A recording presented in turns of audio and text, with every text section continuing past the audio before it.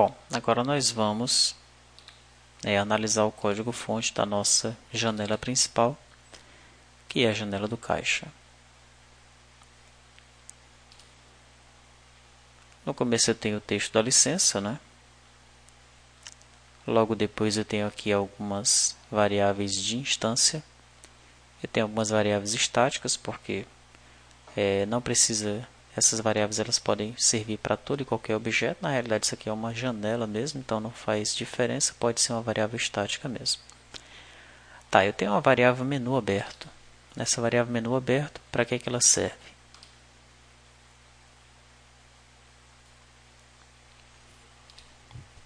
Nesse momento a variável menu aberto, veja que eu tenho duas opções, ela é o 0 ou 1. 0 é não, 1 é sim. Nesse momento a variável está como 0, porque eu não tenho nenhum menu aberto, né? Se eu pressionar, por exemplo, F2, agora sim a variável está com a opção 1. Por que isso? Porque se eu tentar pressionar F3, ou se eu pressionar F3 tentando abrir outro menu, como a variável está definida como 1, já, ele não consegue abrir outro menu, porque existe um menu aberto, tá? É para isso que serve aquela variável lá.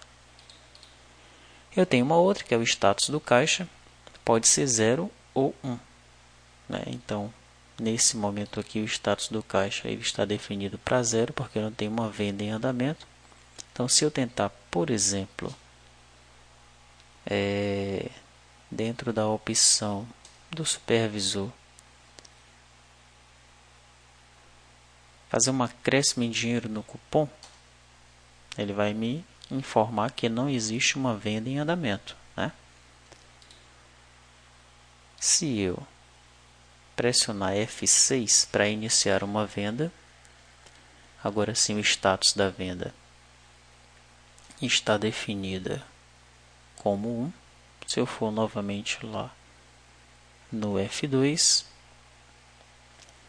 vier aqui em supervisor e tentar inserir um acréscimo em dinheiro no cupom, a janela de desconto e acréscimo vai aparecer, tá?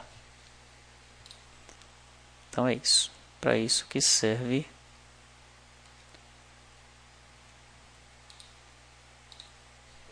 essa opção, essa variável status do caixa. Eu tenho a variável produto OK. Essa variável aqui, ela vai servir para a gente fazer o controle da saída da quantidade aqui. Como assim? Por exemplo, eu inseri o código 3, né, que é a régua. Quando eu saio da quantidade, ele informa, ele multiplica a quantidade pelo valor unitário, informa o valor total e atualiza aqui a minha bobina. Se eu colocar um produto que não existe, ele vai dizer produto não cadastrado, né? Mas ainda assim o foco ele chegou a vir para a quantidade, tá? Então quando o foco for sair de quantidade aqui, se o produto não for OK, ele não faz toda essa multiplicação, não tenta atualizar aqui a bobina, nada disso, ok? Muito bem. Deixa eu pressionar aqui F9 para cancelar essa venda. Cancelei, pronto.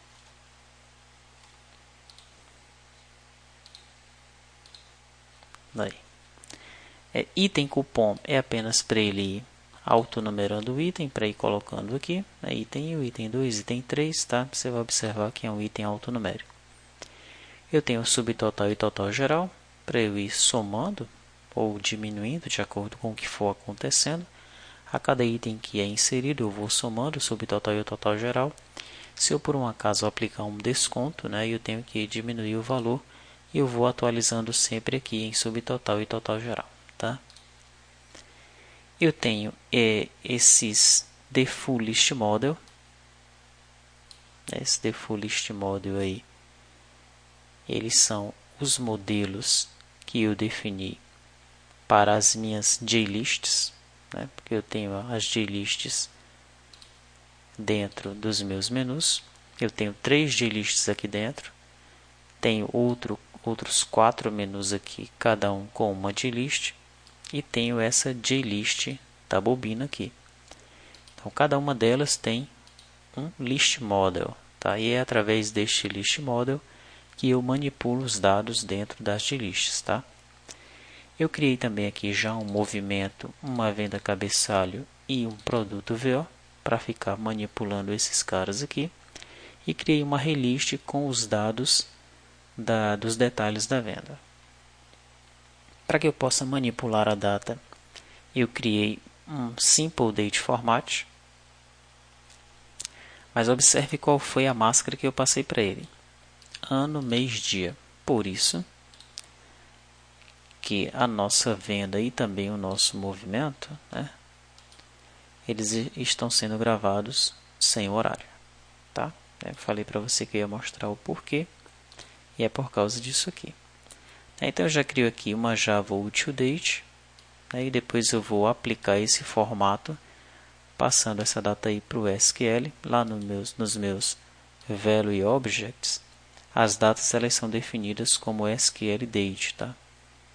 Então, por exemplo, aqui no movimento VO, você vai ver que eu estou usando o SQL Date.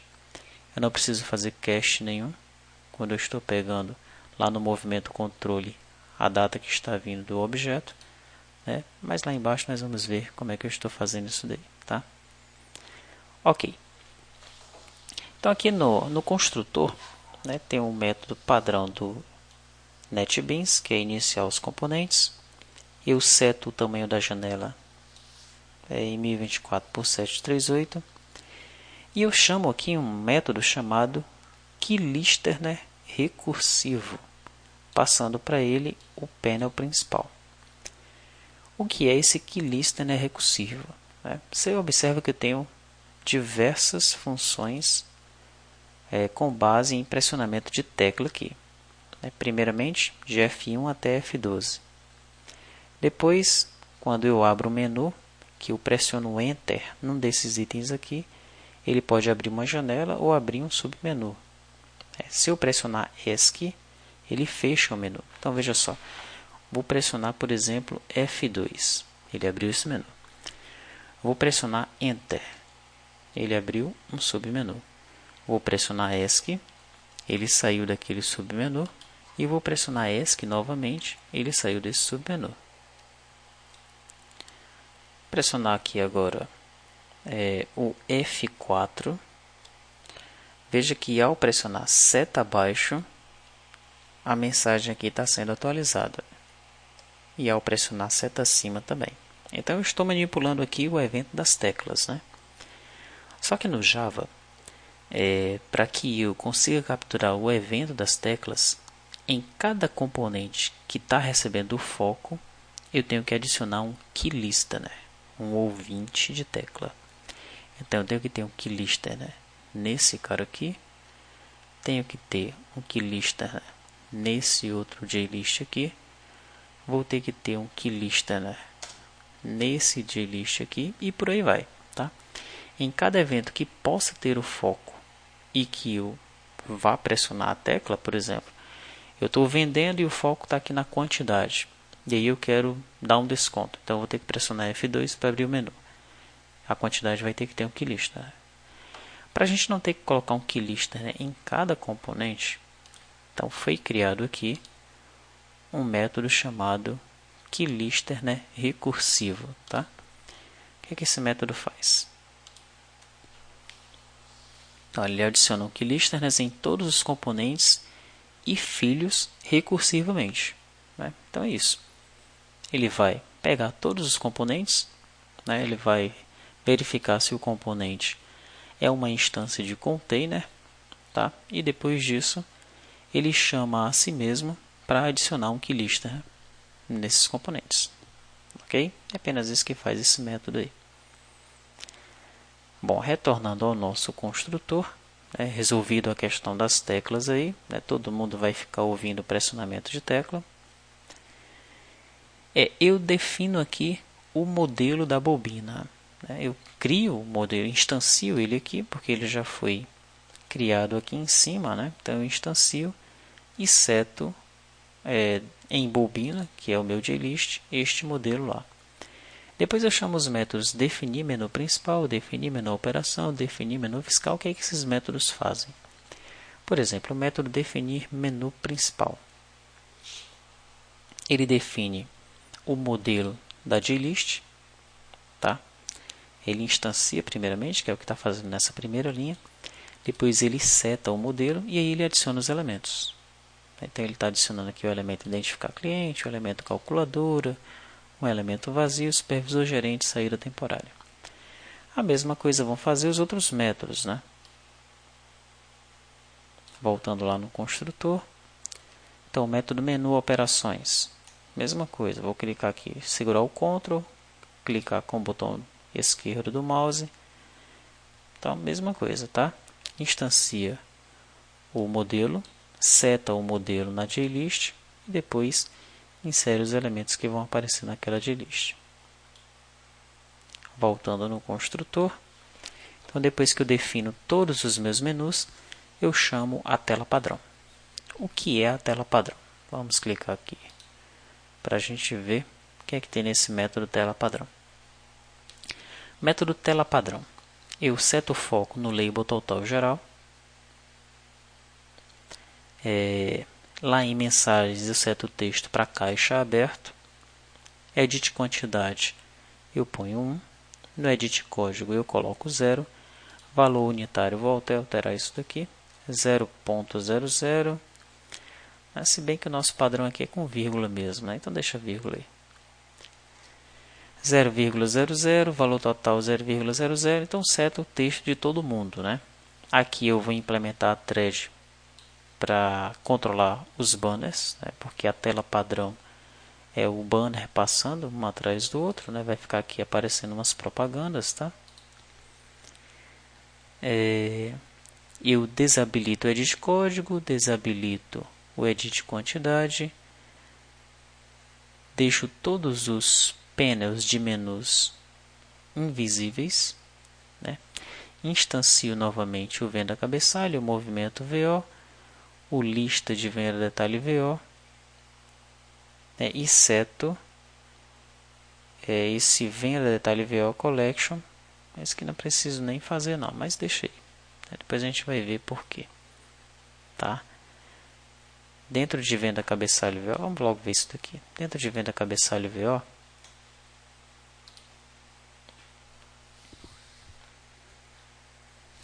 eu tenho uma coleção aqui, olha, chamada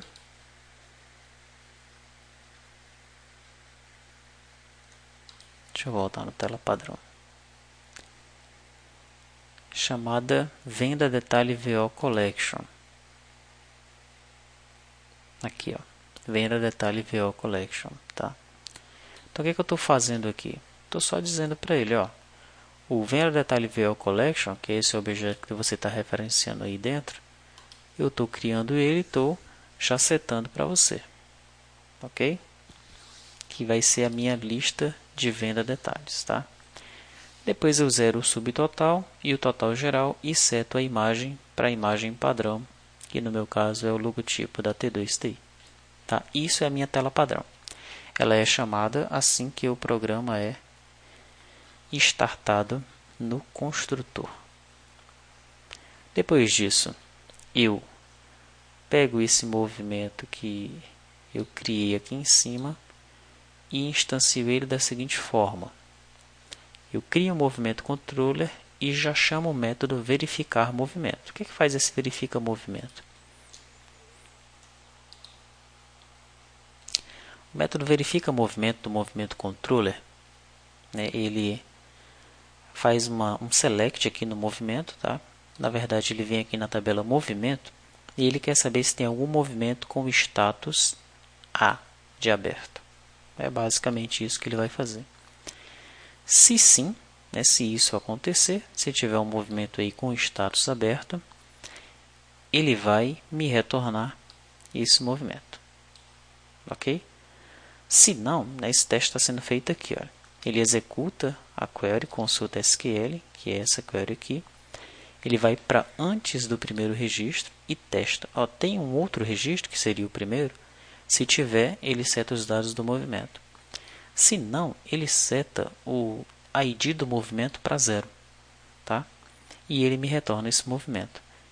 Lá no meu caixa, eu faço o teste. Ou o ID do movimento que você retornou para mim aqui é diferente de 0? Se for, eu instancio aquela janelinha do movimento, que é a tela que aparece aquele movimento aberto quando você está iniciando o caixa, e passo para essa tela esse cara aqui como pai, true, para dizer que ela é show modal, e passo o movimento VO para dentro dela. Eu chamo set location relative to, passando no como parâmetro, que é para a janela ficar centralizada na tela, e torno ela visível, tá? Vamos abrir essa janela de movimento aberto. Essa janela de movimento aberto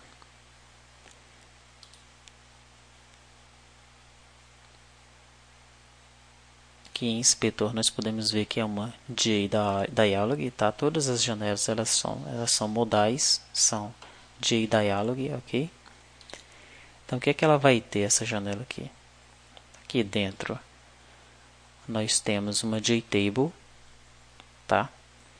Temos a senha do operador e os dados do gerente, né? Mas não vamos entrar em muitos detalhes nessa janela aqui agora não.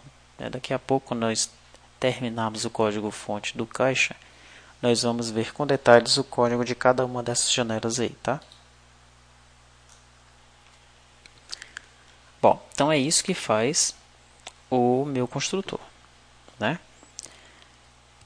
Voltando, descendo um pouco mais aqui, eu tenho o JButton 12 Action Performed, que ele chama o método sair, né? Esse JButton 12 ele é exatamente aquele botão do F12, tá? E o que é que faz o método sair? O método sair, ele cria aqui ele cria uma string com duas opções, a opção sim e não. Ele se chama um JOptionPane, né, e passa esse array de strings aqui, bem aqui nessa posição, para não aparecer aqueles botões yes e no em inglês, né, vai aparecer os botões em português, tá? A escolha ele guarda numa variável inteira. Se a escolha for 0 é porque foi escolhido o botão sim. Então a gente chama o system.exit e ele sai da aplicação, tá? E é isso que faz o método sair. Muito bem. Eu tenho o JButton mouse entered, JButton 2 mouse entered. Aqui são os eventos do mouse quando eu estou passando o mouse por cima dos botões aqui, olha. O que é que ele está fazendo? Ele está colocando uma mensagem aqui embaixo. É isso que está acontecendo aqui. Ele seta o toTypeText do JButton dentro de mensagens e dá um repent na tela, tá? Depois disso, eu chego aqui no quantidade focus_lost e tenho o código focus_lost, né? Vamos primeiro no focus, no código focus_lost, tá? Então, quando o código ele perde o foco, o que é que acontece? Eu testo se o status do caixa é 1, ou seja, se tem uma venda em andamento. Se não tiver, não existe venda em andamento, tá? Se tiver, ou seja, se for igual a 1, eu instancio um produto. Esse produto vai ser o produto controller. O produto VO eu já criei lá em cima, né? E agora eu vou realmente referenciá-lo, setar esse produto VO através da chamada do método consulta lá do produto controller. O que é que o método consulta do produto controller faz? Aqui está. Então ele recebe o código do produto, que foi o que eu acabei de informar aqui. Ele seleciona alguns campos do produto onde o código é igual ao código passado. Ele seta esses dados, né? Se existir produto com esse código, ele seta os dados. Se não, ele retorna o produto com ID igual a 0. Tá? No final, ele retorna o produto aqui. Voltando lá no caixa, aí eu testo, né? Ó, se o produto é diferente de 0, então o produto ok. Beleza, o produto existe, né? Daí eu faço aqui os cálculos que devem ser feitos para o edit valor unitário. Coloco no label descrição a descrição PDV que está armazenada na tabela. E seto a imagem do produto aqui. Se não, se o produto não tiver cadastrado, né? eu coloco produto ok igual a 0 e informo a mensagem produto não cadastrado, tá? Isso aqui é muito importante. O JOption Pane, né, ele executa aí alguns eventos, tá? Então, se você combinar JOption Pane com foco, você vai observar que o JOption Pane, a mensagem dele vai aparecer várias vezes. Para que isso não aconteça, nós vamos colocar o JOption Pane aqui fora e vamos chamar do Swing Utilities o Invoke Later, né? Dentro desse Invoke Later aí é que nós vamos setar essas outras opções. Vamos colocar lá o texto do valor unitário para 0, do valor total para 0, o label descrição para vazio e finalmente vamos setar o foco no Edit Código, ok? Então isso aí é o evento Focus Lost do Edit Código. Quando eu sair do Edit Código, evidentemente, se o produto estiver ok, né, se ele estiver cadastrado, eu vou para a quantidade. E aí, ao sair da quantidade, eu também testo se tem uma venda em andamento, testo se o produto está ok. Se o produto estiver ok, eu calculo a quantidade, valor unitário e o total do item. Tá? Seto o valor total no edit e chamo os métodos vendeItem e atualiza totais. O que é que faz o método vendeItem?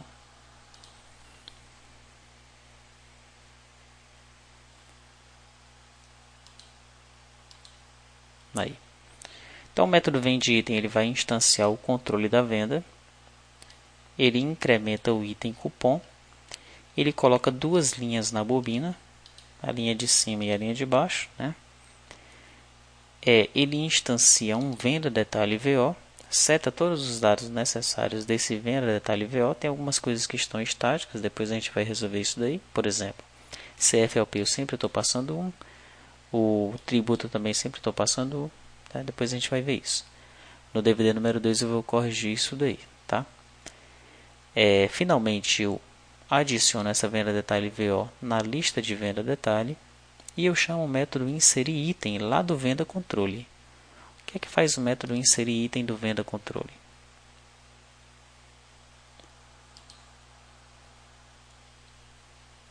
Aí está. Ele recebe um venda detalhe VO e ele faz um insert na tabela SF venda detalhe. Ok? Então, apenas isso. Tá? Ele insere um item mesmo lá na tabela venda detalhe, tá? Esse é o método vendeItem, né? Vamos voltar lá onde nós estávamos. Aqui. Isso, vendeItem. E eu tenho o método atualiza totais, né? Depois que eu vendo o item, eu atualizo os totais, que é o subtotal, total geral, o edit subtotal e o label total geral, tá? Voltando para lá. Se o produto não for ok, eu simplesmente seto o foco lá no edit código. Se não houver uma venda em andamento, eu simplesmente também seto o código lá no edit código, seto o foco no edit código, ok? Então tá aí, ao sair da quantidade, ao sair do edit do código, né, da quantidade do código. E aqui eu comecei a separar alguns métodos, né? Esses métodos aqui são os padrões do Hibernate ou do NetBeans, não tem como a gente mexer, né? Pode mexer na posição até, mas se a gente tentar tipo dar um enter aqui, ele não deixa, né? Então depois desses métodos implementados por ele, o método implementado por mim, mas a assinatura feita por ele, né? Eu coloquei aqui os métodos onde eu implementei tudo, tá? Assinatura e o método em si, né? Menos esse main que a assinatura é ele mesmo que põe, né? Então eu chamei de métodos principais de infra. O método main, simplesmente o que é que ele faz? Ele instancia o caixa e torna ele visível, né? O método sair nós já vimos, o método tela padrão nós também já vimos. Eu queria ter um método repete aqui, que ele vai servir para quando eu colocar um item lá na bobina, né, em alguns momentos. Deixa eu ver onde é que ele é chamado aqui. Lá no vendeItem ele é chamado.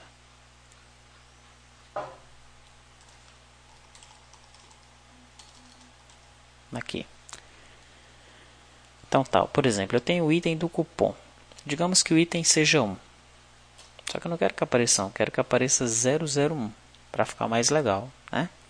Então eu chamo o método repete, peço para ele repetir o 0 quantas vezes? 3 menos o tamanho do item cupom. Então se o item cupom é 23, qual é o tamanho dessa string? 2, né? Quantas vezes eu vou repetir o 0? 3 menos 2. Vou repetir o 0 uma vez, então vai ficar 0,23, tá?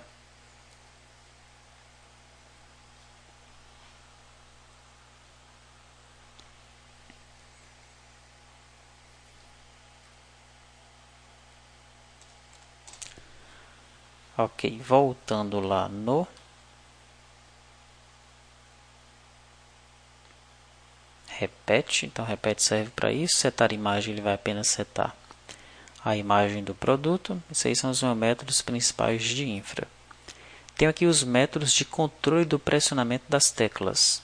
O keylist recursivo nós já vimos. E aí eu vou ter o método keyPressed. Esse método keyPressed eu tenho que implementá-lo porque o meu JFrame está implementando keyListener e ContainerListener, tá? Então não são o método keyPressed como alguns outros que estão mais lá para baixo, nós vamos já ver. Então o que é que faz o método keyPressed? Ele recebe um evento de tecla, né? E aqui eu pego esse evento, eu pego o código da tecla, tá? Então se for F1, implementar a ajuda do sistema. Se for F2, menu principal. F3, menu operações. F4, menu fiscal. F5, menu SF. F6, o método inicia a venda.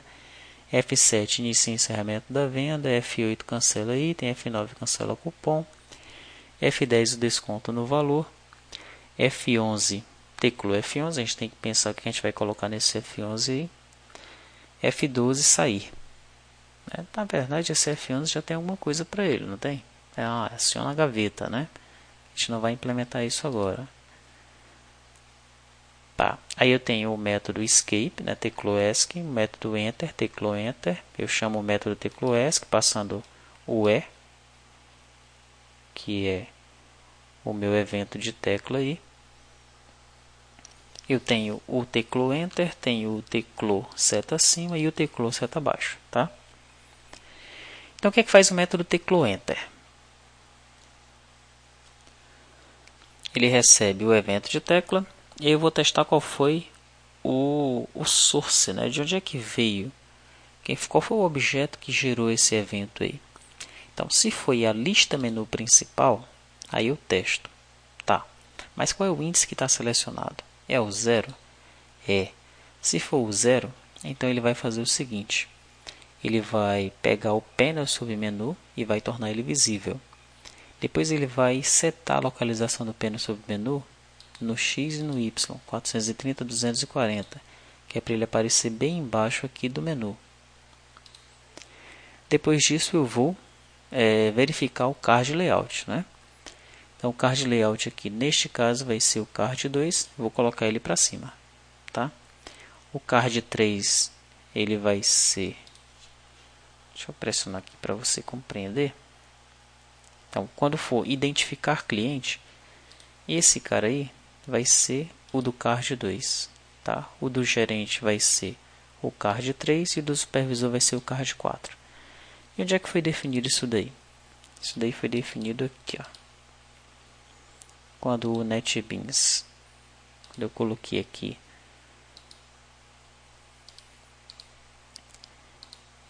esse panel card, né, que eu defini o layout para card layout, ele mesmo já definiu quem era o nome de cada um dos cartões, tá?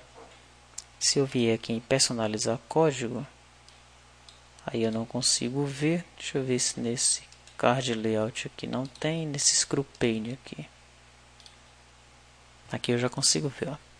Ele mesmo já disse que esse screw pane era o card 2. E esse screw pane aí, ele é o do menu cliente. Já esse screw pane aqui, ele mesmo já falou que era o card 3. E esse screw pane é referente ao menu do gerente, tá? Então, sabendo disso, eu faço os testes necessários aqui, né? Então, se for o índice 0, eu sei que ele está querendo identificar o cliente. Sendo assim, eu exibo o submenu, seto a localização dele, mostro o card 2 e seto o foco no submenu do cliente. E depois eu seleciono o primeiro item dele, que é o item de número 0, tá? Se for o índice de número 1, o índice de número 1, que é esse aqui, a calculadora, o que é que eu faço? Eu chamo a calculadora do Windows. Por enquanto está sendo assim, né? E por aí vai, tá? Se for o índice de número 4, eu vou chamar o menu do gerente. Se for o índice de número 3, eu chamo o menu do supervisor.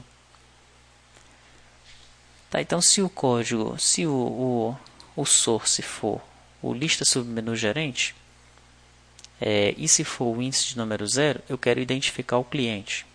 Como é que eu faço para identificar o cliente? Eu vou utilizar o método man, lá da janela identifica cliente. Passando aí um args, que é um novo array de string vazio mesmo. Então, se ele está aqui em identificar cliente e quer identificar o cliente, então eu chamo o método main dessa janela aqui mesmo, sem problema nenhum, tá? Agora, se o source for o submenu do supervisor, qual é o submenu do supervisor?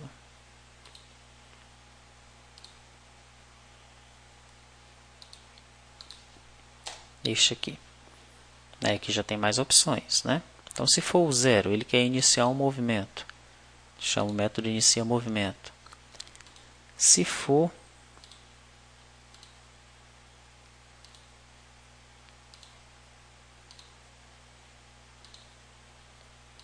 se for o 1, ele quer encerrar o movimento. Então, eu chamo o método encerra movimento. E assim sucessivamente, tá? Eu vou testando aqui qual é o índice que está selecionado, né? E vou chamando o método que vai executar o que eu desejo. Tudo isso aqui está dentro daquele método teclou enter, ok? Tá, então chego no submenu do gerente, depois eu chego no menu operações, depois eu chego no menu fiscal, né? E depois acabo o meu método teclou enter, tá? Então vamos só observar o que acontece aqui nas janelas, né? Por exemplo, se eu vier aqui no F4, teclei Enter, ele abriu isso daí. Seta para baixo é um outro método que nós vamos ver também, que o seta para baixo ele está implementando isso daqui. Teclei Enter, ele sabe que o source aqui, né, foi essa lista, a lista do menu fiscal, tá ok? Vamos ver onde está exatamente esse o controle dessa opção aqui, da leitura da memória fiscal simplificada. Então veja, primeiro eu sei que é o método teclou enter, né? Depois eu sei que é o menu fiscal. Menu fiscal.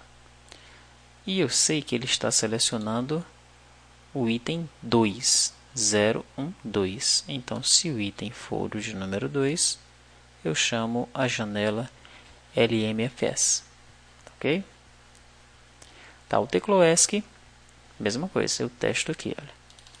Foi o lista menu principal que executou isso daí? Foi. Então, torne ele false e diga que menu aberto é 0. Tá? Mesma coisa para o menu operações, lista fiscal, lista menu SF e para os submenus também. Teclou seta acima? Teclou. Tá. Veio de onde? Veio do lista menu principal? Foi.